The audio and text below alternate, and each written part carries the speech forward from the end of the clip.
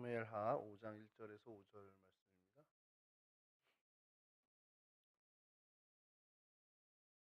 이스라엘 모든 지파가 헤브론에 이르러 다윗에게 나와 이르되 보소서 우리는 왕의 한 골육이나이다.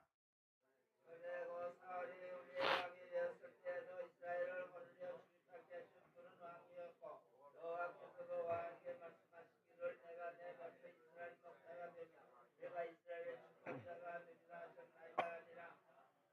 이에 이스라엘 모든 장로가 헤브론에 이르러 왕에게 나오매 다윗 왕이 헤브론에서 여호와 앞에 그들과 언약을 맺음에 그들이 다윗에게 기름을 부어 이스라엘 왕으로 삼으니라.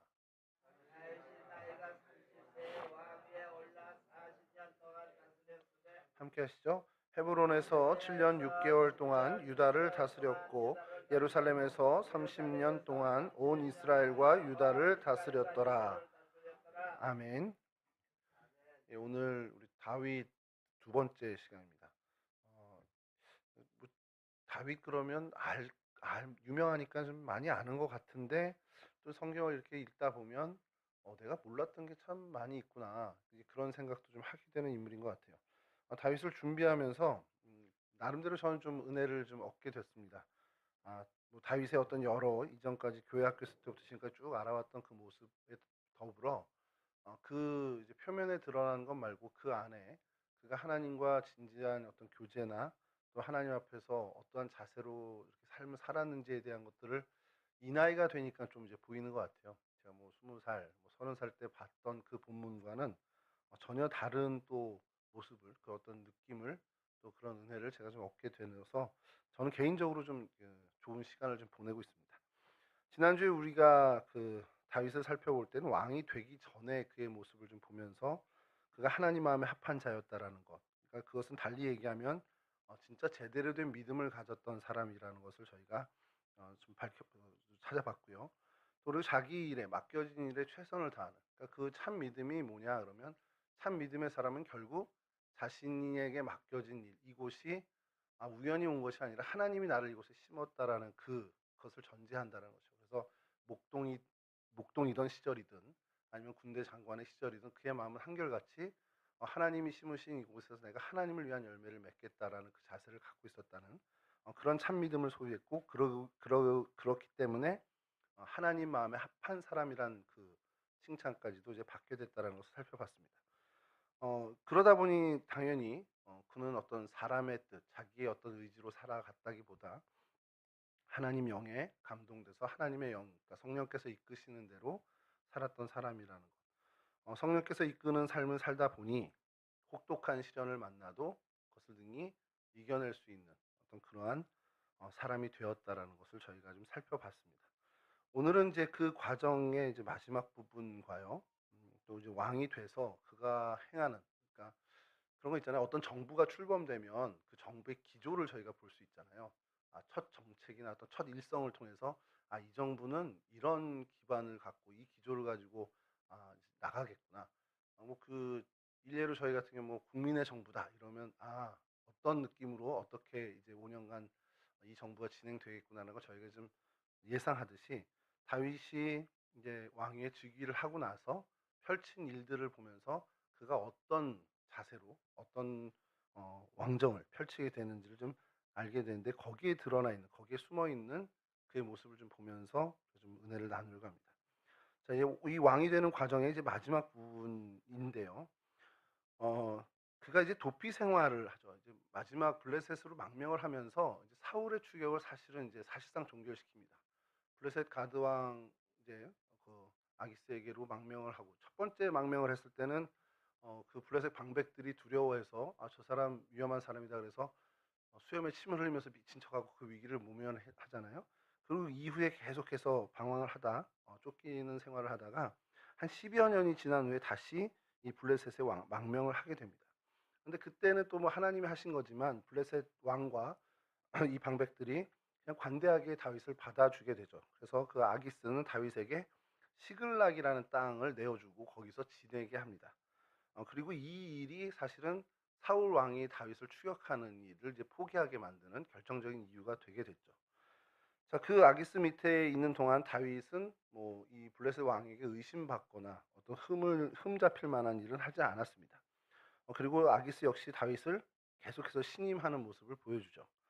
그러다 어느 해에 이제 이 아기스가 무슨 마음이 들었는지 모르지만 대규모로 이제 군대를 일으키면서 이스라엘 사울 왕과 대대적인 전쟁을 치르려고 하죠.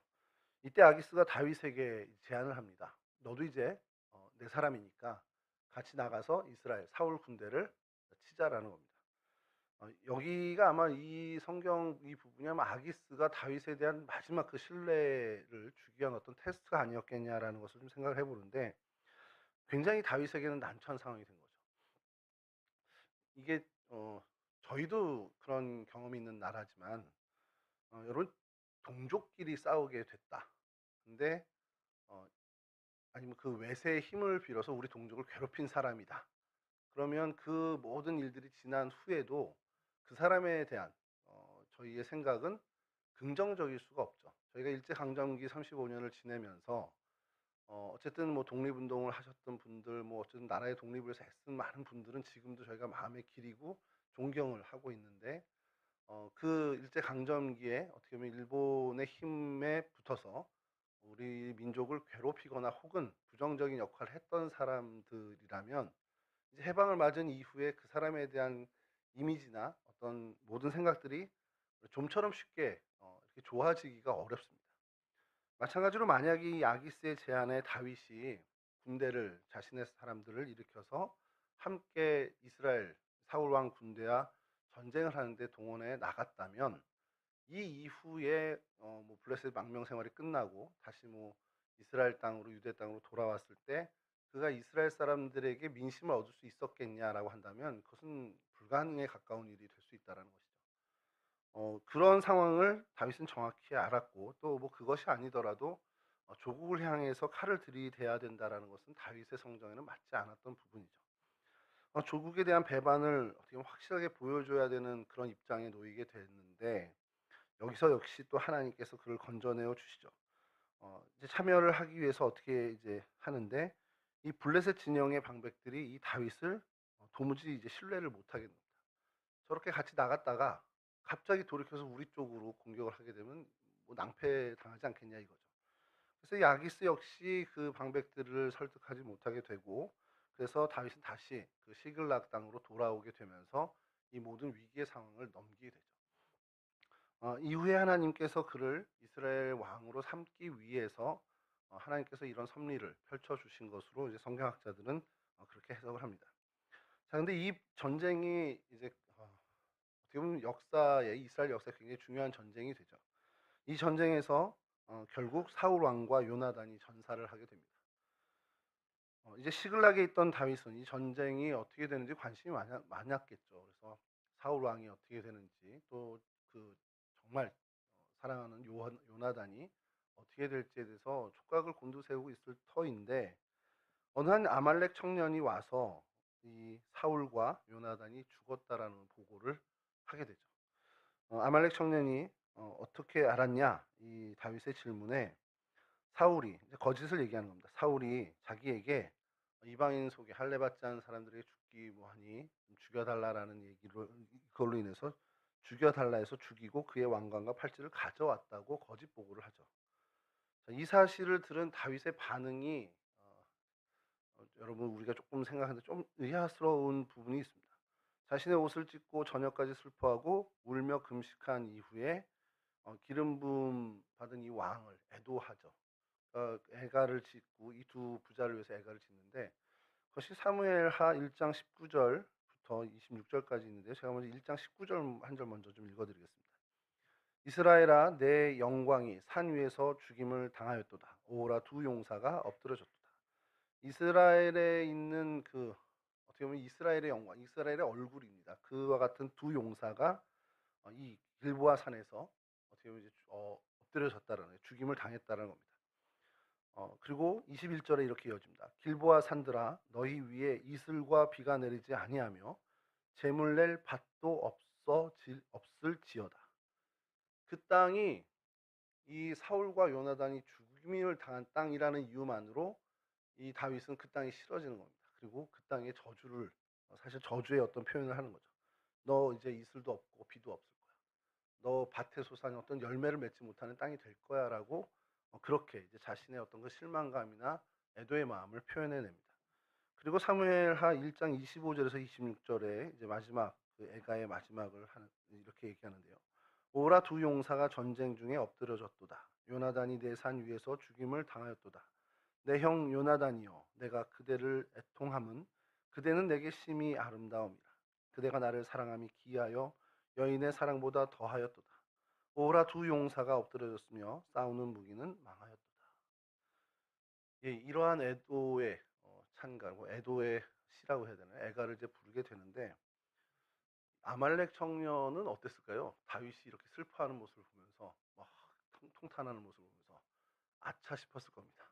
그 예상이 맞게끔 다윗은 이 아말렉 청년에게 네가 기름 부음 받은 자를 어떻게 이렇게 겁도 없이 해할 수 있냐라고 하면서 처형을 하죠. 이 모습을 좀 통해서 저희가 좀 다윗의 어떤 그 내면을 좀 발견해야 되는데, 다윗은 그 슬퍼할 땐 정말 슬퍼하고 기뻐할 땐 진짜 기뻐하는, 그러니까 이게 어떤 사람들이 있기 때문에 '아 내가 여기서 기뻐하는 모습을 보여야 돼. 아 사람들이 이렇게 있으니까 뭐 장례식장이니까 내가 좀 슬퍼하는 모습을 보여야 돼.' 이런 어떤 사람이 아니라 진짜 슬플 땐 눈물을 흘리며 슬퍼할 줄 알고 진짜 기쁠 땐 정말 뛰놀며 기뻐하는 사람이었다는 겁니다.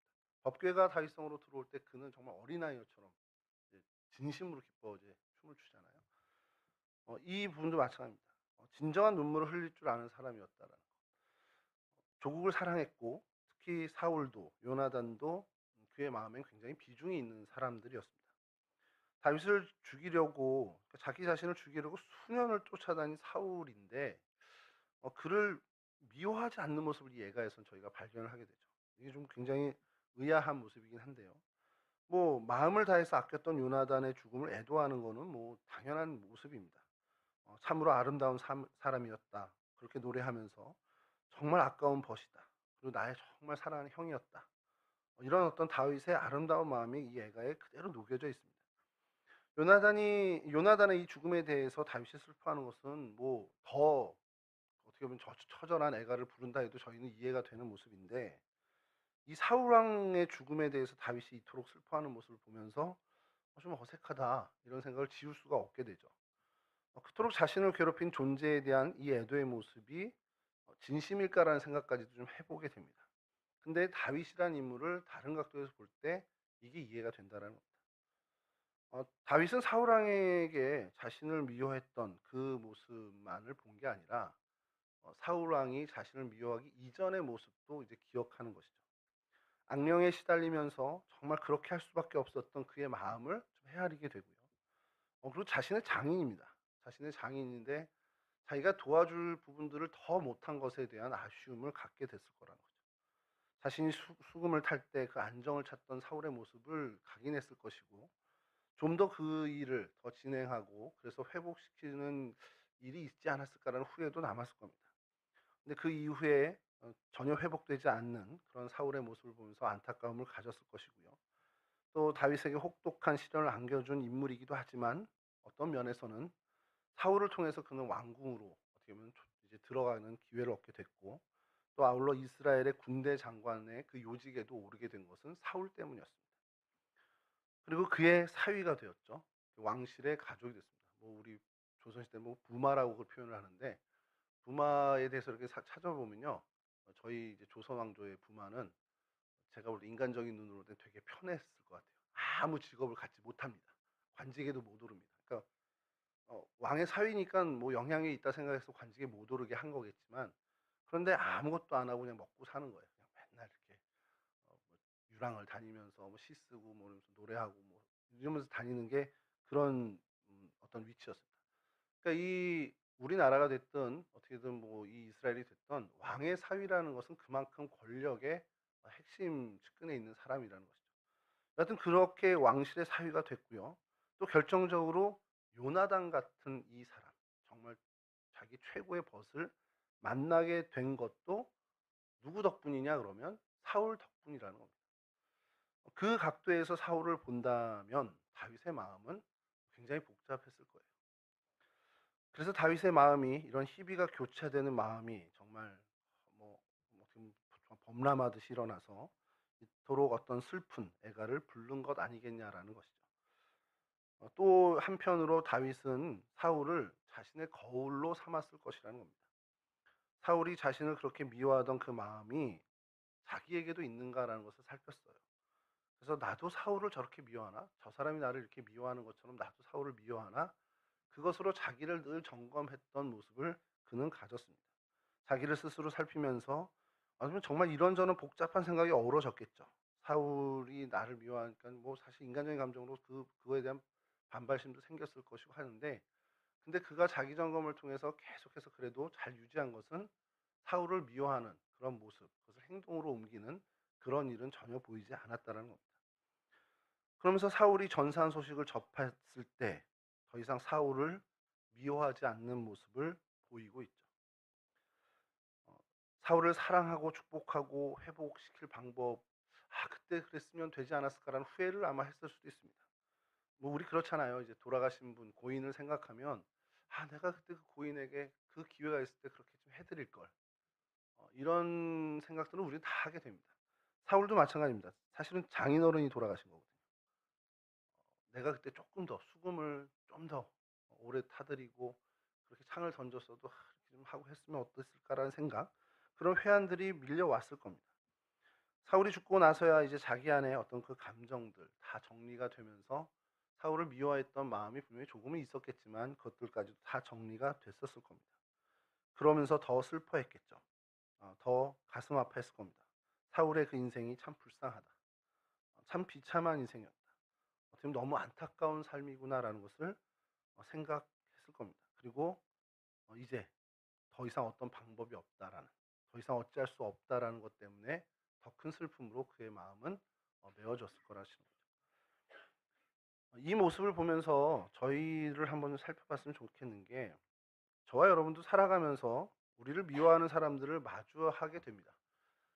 난 살면서 한 번도 나를 미워하는 사람이 없었어라고 하신다면 정말 하나님이 복에 복을 더하신 건데, 그럴 일이 별로 없잖아요. 어쨌든 우리가 살아오면서 나를 미워하는 사람을 저희는 접하게 됩니다. 이유를 알 수 없는 미움을 당할 때도 있고요. 나는 잘해보려고 하는데 그것에 대한 시기로 미움을 당하기도 합니다. 그럴 때 우리는 이 다윗의 마음을 한번 생각해 봐야 된다는 것이죠. 저 사람이 왜 저렇게 나에게 감정이 저럴까라는 생각으로 출발하면 무언가 참 저 사람을 잡고 있는, 어떻게 보면 안타까운 것이 있겠구나. 무슨 정말 맺힌 한이 많아서 남이 잘 되는 것에 대해서 저렇게 견디지 못할까라는 그런 생각을 하면서 우리가 그에 대한 생각을 갖는 것은 첫 번째로 측은한 마음을 가져야 한다는 겁니다. 그 측은한 마음을 갖고 그냥 마음을 갖는 것으로 머무는 것이 아니라 그 사람을 위해서 기도해야 합니다. 설교문 여기 쓰면서요, 여러분들의 마음을 좀 헤아려 봤어요. 아휴, 목사 같은 소리 하고 있네. 이럴 것 같은 거죠. 어, 날 미워하는 사람을 위해서 어떻게 기도합니까? 솔직한 얘기로 이게 너무 어려운 일이죠. 그 사람을 위해서 기도의 수금을 타는 그러한 일이 저희들에게 주어졌다라는 거. 근데 여러분, 이게 어렵고 힘든 일인 건 맞는데 이게 하나님이 저희들에게 원하시는 일은 맞다라는 거죠. 이게 딴 건 모르겠어요. 어렵고 힘든 일 그거는 다 모르고 어떻게 합니까? 뭐 목사님 해보셨어요? 뭐 이렇게 얘기하실 텐데, 어쨌든 그 미움의 마음이 저희 안에 있을 때 저희 안에 계속 그 독소가 자라날 수밖에 없다라는 거죠. 이것을 사실 빨리 털어내는 것은 그를 위해서가 아니라 우리 자신을 위해서 필요한 일이고, 하나님은 그 이유로 인해서 우리에게 그를 더 측은히 여기도록, 그래서 그를 위해 기도하다라 하라는 그런 하나님의 뜻을 저에게 밝히신다는 것이죠. 여러분, 만약에 그 사람이 나를 미워해. 그래서 나도 그 사람 미워. 계속 미워하고 있어. 그럼 그 사람이나 저나 다를 게 없다라는 거예요. 근데 하나님 우리에게 1mm라도, 정말 조금이라도 너는 좀 달라야 되지 않겠냐라고 말씀하고 계시다는 겁니다. 아무것도 다를 것이 없는 그런 삶 살지 말고 정말 미미하더라도 조금은 다른 삶을 살아라. 그렇게 사랑의 마음을 갖고 긍휼의 마음을 갖고 사는 인생이 되라라는 것이 사실 하나님이 우리에게 요구하시는 것이고, 그러한 마음을 갖도록 하기 위해서 사실 우리를 미워하는 사람, 우리가 어떻게 미워할 수밖에 없는 사람을 우리 주변에 붙이신 거라는 겁니다. 전에도 한번 말씀드린 적이 있었는데, 우리가 기도하죠. 하나님, 나 사랑의 사람이 되면 좋겠습니다. 하나님, 나 정말 하나님의 사랑을 정말 전하는 하나님의 사랑의 통로가 되는 인생 됐으면 좋겠습니다. 우리가 기도를 하면 하나님이 어느 날 갑자기 우리 마음에 사랑을 쾅 하고 짜잔하고 주시는 게 아니라는 겁니다. 사랑할 수 없는 혹은 사랑하기 어려운 그런 환경에 우리를 처하게 하고 그곳에서 사랑의 마음을 갖도록 사랑을 베풀도록 애쓰는 그런 환경을 우리에게 주신다는 거죠. 용기를 주세요라고 기도한다면 어느 날 갑자기 뭐 아무것도 안 두려운 용기를 주는 그런 일도 있겠지만 대부분의 하나님의 응답은 용기를 발휘해야 하는 상황으로 우리를 내모신다는 겁니다. 마찬가지로 사랑의 사람이 되기 위해 우리가 하나님 앞에 기도하고 그런 하나님 앞에 인생이 되기를 소원한다면 그런 사랑을 발휘해야만 하는 상황으로 우리를 몰고 가신다는 거죠.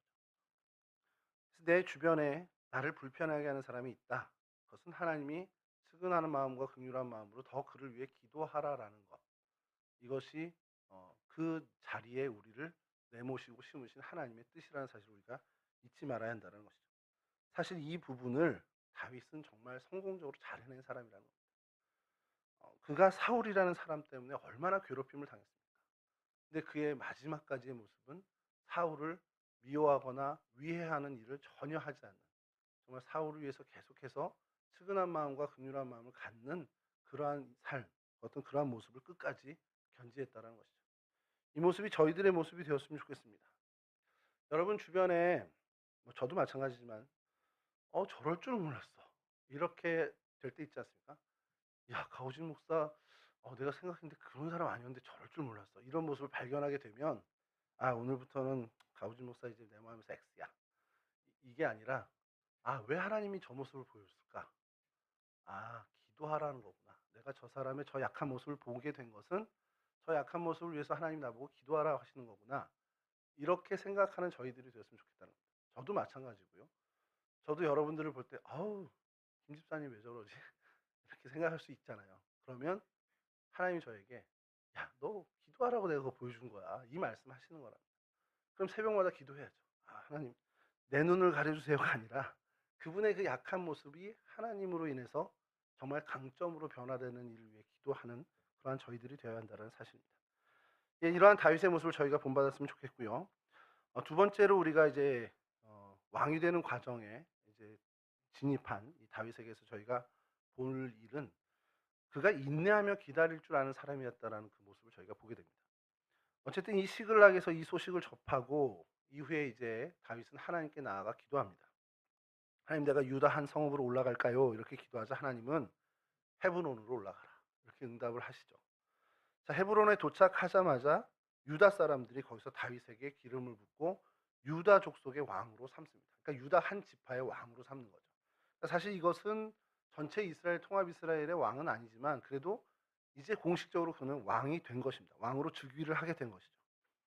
10여 년을 훨씬 넘는 그 도망자 그리고 망명자의 삶을 이제 종집을 찍고 마침표를 찍고 이제 그의 본격적인, 어떻게 보면은 이스라엘과 유다를 위한 왕으로서의 삶이 시작되게 됩니다. 다윗의 왕이 되는 이 과정은요, 굉장히 중요한 의미를 갖는 것이, 우리가 이스라엘 역사를 쭉 살피다 보면 북이스라엘은 계속 반정이 일어나고 반역이 이렇게 되는 것들이 반복되거든요. 근데 다윗이 이렇게 왕이 되는 것은 이제 이거를 성경학자들이 조금 다르게 얘기하는 것들이 있는데, 사울의 어떤 왕위 계승자는 아니었는데 그가 왕이 됐다라는 것은 결국 반정, 우리로 치면 이제 반정이라고 많이 표현하는데, 그런 어떤 반란과 혁명 아니고서는 사실 불가능한 일이라는 겁니다. 근데 또 한편의 성경학자들은 뭐라고 얘기하냐면, 결국 아들이 없고 요나단이 이제 죽게 됐으니까 그러면 왕이 서열상 이스보셋도 있지만 다윗이 그 후순위가 될 수 있다. 그런 면에선 어떻게 보면 이게 굉장히 적절한 어떤 그 즉위 과정이다, 이렇게 평가를 하는 이제 성경학자도 있습니다만, 여하튼 북이스라엘의 현실은 이 아브넬이 이스보셋을 옹립해서 여전히 북이스라엘의, 그러니까 북이스라엘이 아니고 이스라엘 전체 이스라엘의 왕으로 계속 유지하게 하죠. 그리고 유다 지파만이 이 다윗을 왕으로 즉위를 시킵니다. 그러니까 이게 의미가 있는 것이 반역도 아니고 혁명도 아닌데 왕이 됐다, 왕으로 탄생됐다라는 것이 굉장히 중요한 의미고, 이것을 이제 평가하는 성경학자들 얘기는 결국 이것이 정말 자연스러운 수순에 의해서 다윗이 왕이 되는 그 과정을 다윗이 잘 참고 기다렸다라는 것으로 평가를 한다는 겁니다. 근데 그 해석이 참 맞는 것이요.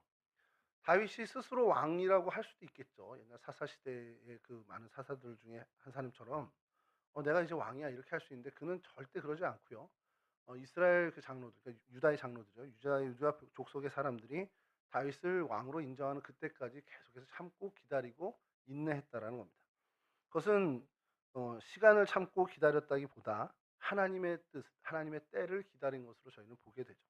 그러니까 하나님이 오케이 하실 때까지 자신의 방법을 동원하지 않고 하나님의 방법을 따라 살았다라는 것. 이것이 사실 다윗에게 저희가 발견하는 굉장히 중요한 어떻게 보면 본받을 점이라는 것이죠. 저희는 어떻습니까? 하고 싶은 거 있으실 때 어떻게 하세요? 기도하면서 하나님의 때를 기다리는 게 맞다는 우리 정답을 다 알고 있습니다. 근데 우리 마음이 그렇지 않잖아요. 제가 이건 좀 여기 설교 원고 쓰면서 말씀 드려야 되나 말아야 되나 막 고민했던 것 중에 하나인데 제가 진짜 이 뭐라 그러지? 조바심이 많은 사람이에요. 그러니까 저 어릴 때 저희 어머니가 "어우 유진아 내일 운동화 사줄게. 요번 주에 운동화 사줄게." 그러면 그 얘기 나온 날부터 사주는 날까지 어머니가 그렇게 졸랐대요. 전 기억이 없는데.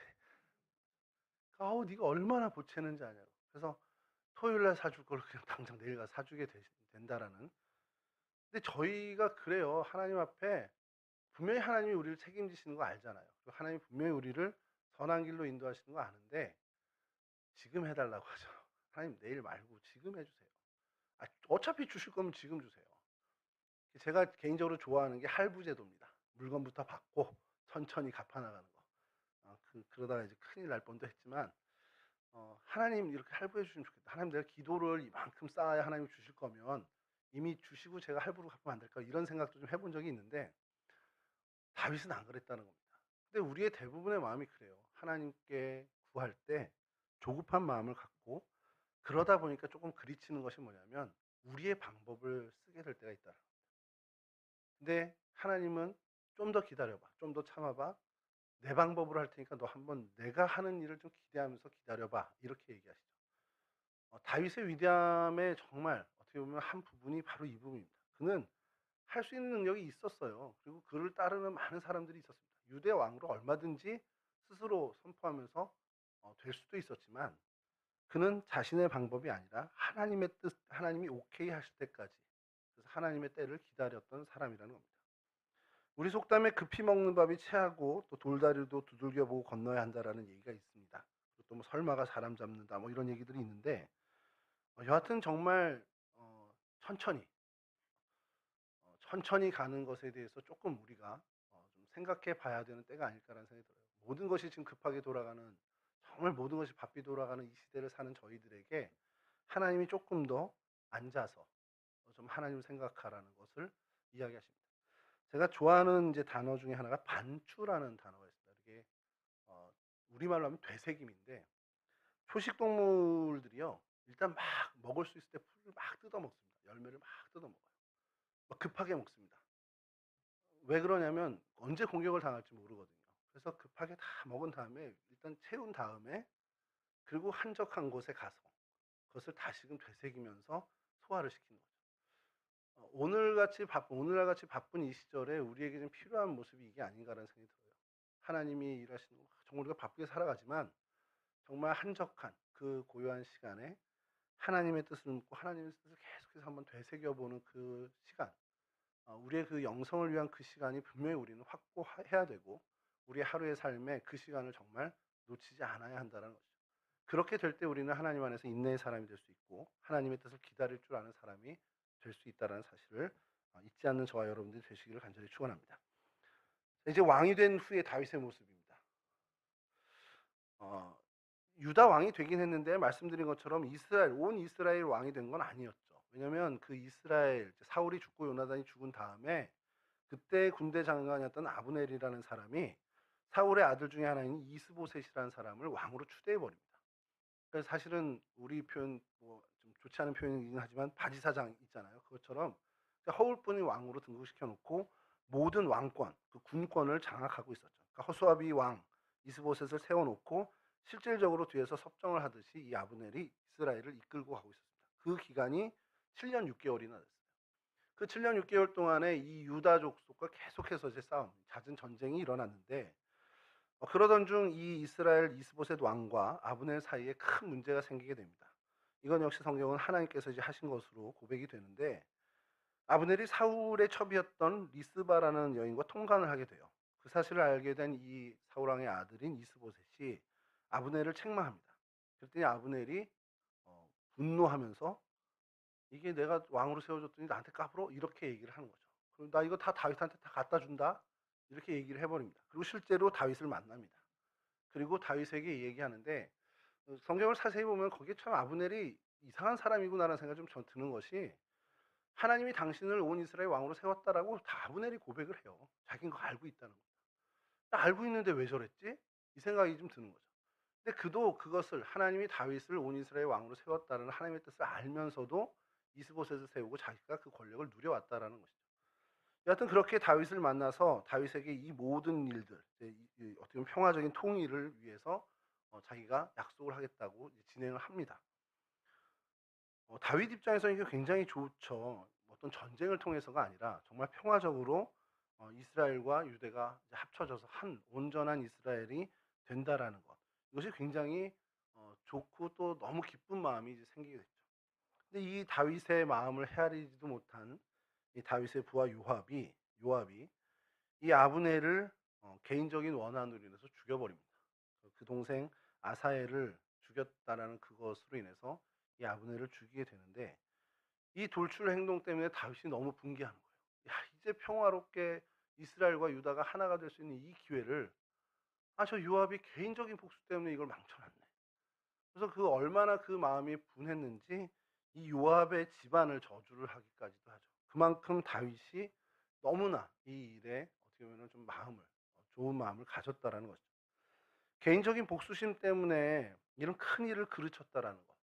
이 부분은 뭐 저희가 다윗의 얘기는 아니지만 조금 저희가 생각해 봐야 될 것이 되게 중요한 얘기인 것이, 오늘 아침 담임 목사님 새벽 설교에도 좀 말씀을 하셨지만, 그 압살롬의 개인적인 복수로 인해서 그 이후에 엄청난 어려움들이 벌어지잖아요.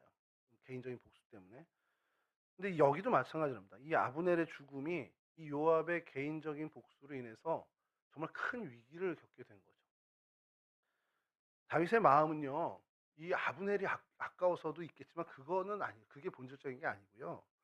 다윗은 정말 이 나라와 백성을 사랑했던 사람이라는 겁니다. 왜냐하면 여기서 우리가 그 모습을, 나라와 백성을 사랑하는 사람이라고 우리가 발견하게 되는 것이 뭐냐면, 평화적으로 나라가 통일이 돼야 된다는 것이 굉장히 큰 기조예요. 이유는 뭡니까? 무력으로 통일이 될 수 있겠죠. 그러면 어떻게 돼야 돼요? 무고한 백성들이 피를 흘려야 됩니다. 여러분, 이 부분은 저희가 정말 많이, 우리 대한민국이면 더 공감할 수 있는 것이, 여러분, 동족 간에 이제 싸움이 생겨서 무수한 사람의 피를 흘리게 돼서 통일이 되시죠. 그러면 주변 정세의 생각도 해야 됩니다. 전쟁을 치르면서 국력이 약화되니 주변의 어느 열강이 이스라엘을 노린다면 방어할 힘을 잃게 됩니다. 그러니까 주변 정세도 그렇고요. 또 내부적으로도 마찬가지죠. 그렇게 동족 간의 피비린 나는 싸움이 일어난다면 어떻게 보면 형식적으로 시스템적으로 통일이 된다 한들 그 감정까지도 하나가 될 수 있겠냐는 거예요. 저는 저희 나라, 우리 대한민국의 통일을 생각하면 항상 걱정이 되는 건, 모르겠습니다. 이렇게 뭐 경협이 먼저 이루어지고 그래서 뭐 자연스럽게 뭐 왕래가 되고 통일이 된다 해도 좋지만, 참 많은 시간이 더 흘러야 되는 것이, 우린 피를 흘리면서 싸웠던 경험이 있기 때문에. 제가 중국에 대해서 더러워서 싫어가 아니라, 이렇게 중국이 어쨌든 영향력이 이제 있는 나라예요. 저희한테 영향력이 좋든 싫든 저희가 받을 수밖에 없는 나라인데, 그렇게 마음이 안 가는 이유를 모르겠어요. 근데 가만히 생각해 보니까, 맞아, 우리가 쟤네랑 싸웠었지. 그거에 대해서 우리가 해결한 적이 없잖아요. 뭐 서로 공식적인 유감 표명을 한 적도 없고. 근데 은근슬쩍 계속 지금 교류하면서 이렇게 있거든요. 그리고 뭐 요즘은 중국어를 배워야 한대요. 이제 우리 다음 세대들은 중국어를 안 배우면 세상 살아가기 어렵다고 그렇게 얘기할 정도로 그만 영향력이 있는데, 그런데 이 정서는 또 그게 좀 안 되거든요. 그렇다고 미워요 이렇게 할 수는 없지만, 분명한 것은 그 감정의 골까지도 분명히 저희는 해결을 해야 된다는 거죠. 북한과도 마찬가지고요. 그 어떤 동족 간의 이 피비린내 나는 전쟁은 그렇게 정말 무수한 세월에 악영향을 줄 수밖에 없습니다. 다윗은 이 부분을 알았던 사람이에요. 외세의 어떤 침략의 가능성도, 동족 간의 그 어떻게 보면 감정의 골도 분명히 그는 알았기 때문에, 이것이 평화적으로 하나가 되는 과정에 더욱더 어떻게 보면 몰입을 했던 사람이라는 겁니다. 그만큼 나라와 정말 백성들을 사랑했던 사람이었다라는 것이죠. 그러니 여러분 이 요압이 얼마나 원망스러웠겠습니까? 그러니까 다윗답지 않은 그런 어떤 요압 가문에 대한 저주를 이제 하기까지도 그렇게 마음의 표현을 하게 되죠. 자, 북이스라엘의 입장에서는요. 아브넬이 죽었어요. 그럼 어떻겠습니까? 다윗 만나러 갔다가 아브넬이 죽었어. 그럼 이제 다윗은 못 믿을 저거예요. 믿을 수 없는 그 정부인 겁니다. 그러니 통일은 뭐 말도 안 하겠죠. 이제 그것은 뭐 생각도 안 할 겁니다. 자, 그런데 이제 하나님께서 어떤 일을 벌이시냐? 이렇게 경계하고 어떻게 보면 간담이 서늘하게 있을 이 이스라엘 군에게 이스라엘 그 나라에 이 이스보셋은 더 이상 의지할 사람이 없는 거죠. 아브넬도 이렇게 죽게 되니까.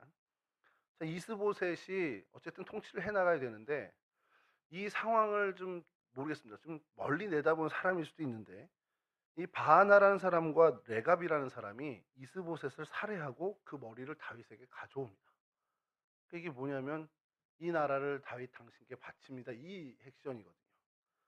바나와 레갑이 큰 공을 세웠다고 스스로 생각하고 다윗을 찾아갔는데 다윗의 반응은 완전 정반대였죠. 극, 극도로 대노하면서 바나와 레갑을 처형합니다. 그리고 이스보셋을 아브넬의 무덤 옆에 매장하는 그 장례 절차를 성대하게 치르죠. 자, 이 과정을 본 이스라엘 사람들은 어떻게 생각했을까요? 어떻게 보면 이게 다윗의 이런 모습은 굉장히 비상식적인 모습인데, 어? 이스보셋을 저렇게 애도하면서 또 아브넬을 저렇게 애도했어? 라고 생각하면, 아, 이게 다윗이 한 일이 아니구나라는 것을 이스라엘 사람들은 이제 알게 된다는 것이죠. 자, 이 모든 아브넬의 죽음, 이스보셋의 죽음이 다윗과 무관한 다윗의 계획하에 있는 것이 아니었구나라는 것을 이스라엘 사람들이 알게 되자 이스라엘의 장로들이 이젠 더 이상 리더가 없잖아요. 결국 다윗에게 이 이스라엘 왕이 되어달라는 요청을 하고 결국 이스라엘 왕이 되게 됩니다. 이건 역시 우리가 아까 살펴본 것처럼 다윗이 하나님의 때를 정확히 기다리는 사람. 사실 밀고 올라가서 제압하면 끝날 수 있는 거지만 백성을 사랑하고 나라를 사랑하는 마음과 하나님 때를 기다리는 마음이 그로 하여금 그렇게 하지 않고 하나님이 이루시는 그 평화의 방법, 하나님의 그 샬롬의 방법을 따르도록 했다라는 겁니다.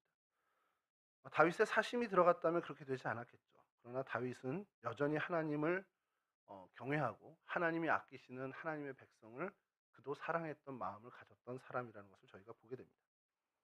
오늘 저희는 어떠냐라는 걸 좀 살펴봐야 되는데 우리도 마찬가지입니다. 우리 공동체 전체를 좀 볼 수 있어야 된다는 것이죠. 이 우리 공동체에 내가 속한 그 공동체 전체를 하나님의 시선으로 바라보는 훈련을 좀 저희는 부지런히 해야 한다는 겁니다. 속장님들은 속회 전체를 좀 봐야 되고 또 기관의 회장님들은 어떤 기관 전체를 보고 교회 임원들은 또 교회 전체의 어떤 모습을 보는 눈을 끊임없이 길러 나가야 한다는 것이죠. 왜냐면요. 전체를 보는 눈을 상실하게 되면 우린 사소한 문제 하나 때문에 일을 그르치는 경우가 너무도 많습니다. 정말 이 전체적으로 봤을 때 우리 공동체 하나님 기뻐하시는 일이 뭘까? 이것을 고민하면서 그래서 우리가 모든 사람들이 함께 화목하며 하나님의 사랑을 나누는 일이 뭘까라는 고민을 하는 사람과 그것을 전혀 고민하지 않는 사람의 시선은 정말 확연하게 차이가 날 수밖에 없다라는 겁니다. 그래서 우리가 그런 하나님의 시선을 갖는 것이 중요한데 이 모습을 저희는 예수님에게서 아주 정말 적나라하게 발견하게 되는데요.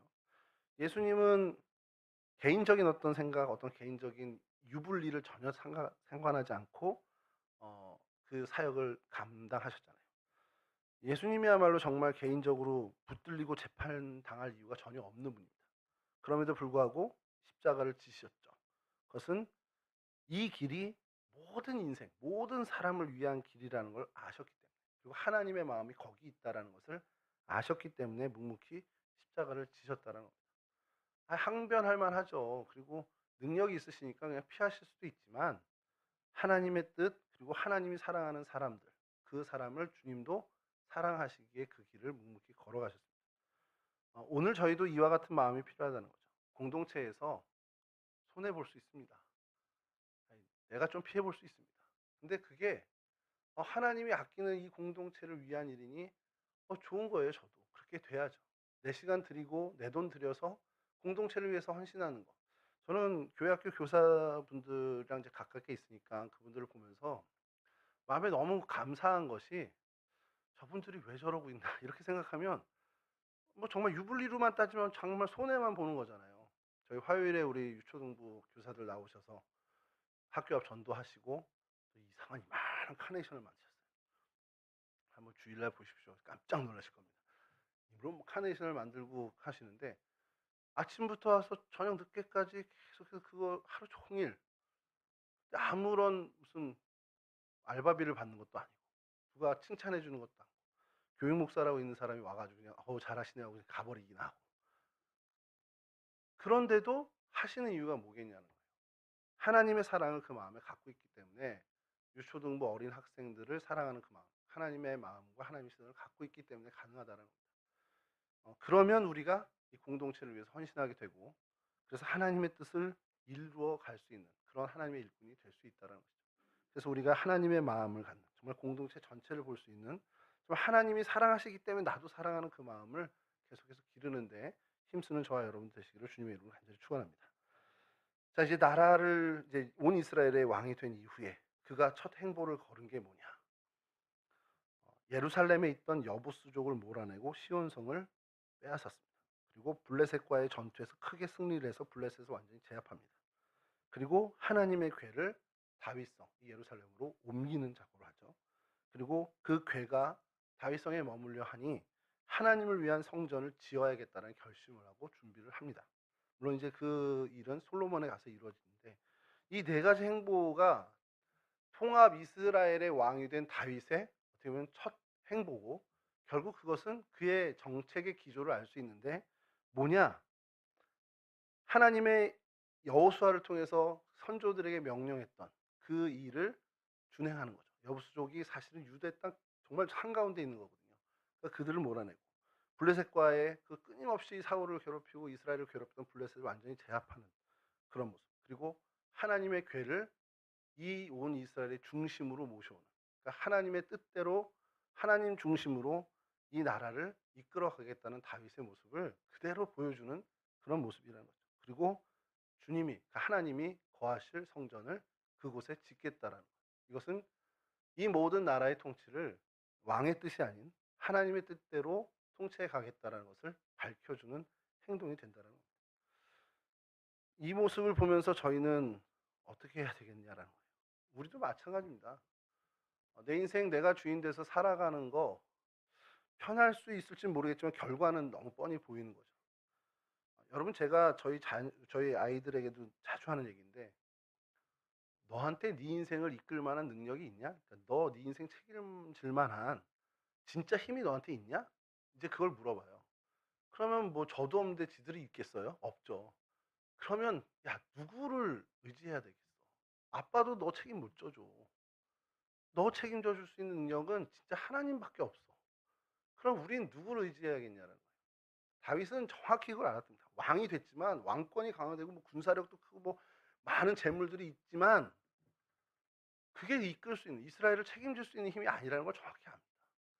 온 이스라엘을 책임질 수 있는 유일한 힘은 여호와 하나님께 있다라는 것을 다윗은 정확히 알았던 사람이에요. 그의 개인뿐만 아니라 그의 모든 일에 하나님만이 이 일을 책임질 수 있다라는 그 믿음을 가졌던 사람이라는 겁니다. 오늘 우리가 본받아야 되는 이 귀한 믿음, 다윗의 이 모습은 이 믿음이라는 것이죠. 여러분 세상 살기 힘드시죠? 저 오늘 되게 힘들어요. 아침에 운동하고 왔더니 하루 종일 뭐 안 아픈 데가 없습니다. 지금 온몸이 다 아픈데 저질 체력을 제가 한 번 더 확인했죠. 여러분 세상 사는 게 쉬운 일이 하나도 없습니다. 하나도 없고 자신도 없고 불안할 수밖에 없습니다. 우리가 세상 살아갈 때 우리의 안전을 도모하고 우리를 지키시고 우리를 이끄시고 우리를 선한 길로 가장 선한 길로 우리를 이끄시는 힘은 우리에게 있지 않고 하나님께만 있다는 사실 우리가 절대 놓치지 않아야 돼요. 순간이라도 그 생각을 놓치지 않아야 합니다. 순간이라도 그 믿음을 저희가 저버리지 않아야 한다는 거죠. 그 믿음 갖고 살아갈 때 하나님이 우리를 책임져 주시고 세상 사람들의 시각에서 봤을 때 저기 저 인간 뭐 별로 부럽지 않은데 저 인생이 뭐가 그렇게 부러워라고 한다 할들 우리는 그 안에서 하나님의 평안을 누리고 하나님이 주신 진짜 정말 하나님만이 줄 수 있는 기쁨과 평안을 누리는 인생이 될 수 있다는 사실을 우리가 잊지 않아야 한다는 겁니다. 여러분 이와 같은 다윗의 모습을 저희가 살펴봤는데요. 이 다윗의 모습, 그의 정말 믿음을 오늘도 정말 조금이라 할지라도, 정말 작은 걸음이라 할지라도 정말 닮아가기 위해 애쓰는 저와 여러분들이 되실 수 있기를 간절히 바랍니다. 진정한 눈물을 흘릴 줄 아는 사람, 인내하면서 하나님의 때를 기다릴 줄 아는 사람, 또 하나님이 사랑하는 사람이기 때문에 그 하나님의 백성, 하나님의 사랑을 사랑할 줄 아는 사람, 그리고 정말 모든 일을 하나님 중심으로 하나님 뜻에 맡겨 정말 살아가는, 하나님을 철저히 의지하는 인생으로 살아가는 저와 여러분들 되실 수 있기를 주님의 이름으로 간절히 축원합니다.